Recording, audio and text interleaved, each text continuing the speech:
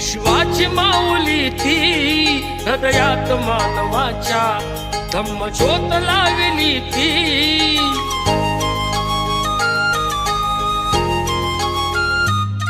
या सावलीत माझ्या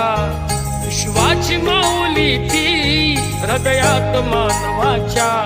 धम्मज्योत लावली ती जग जिंकून झाले ते मित्र गौतमाचे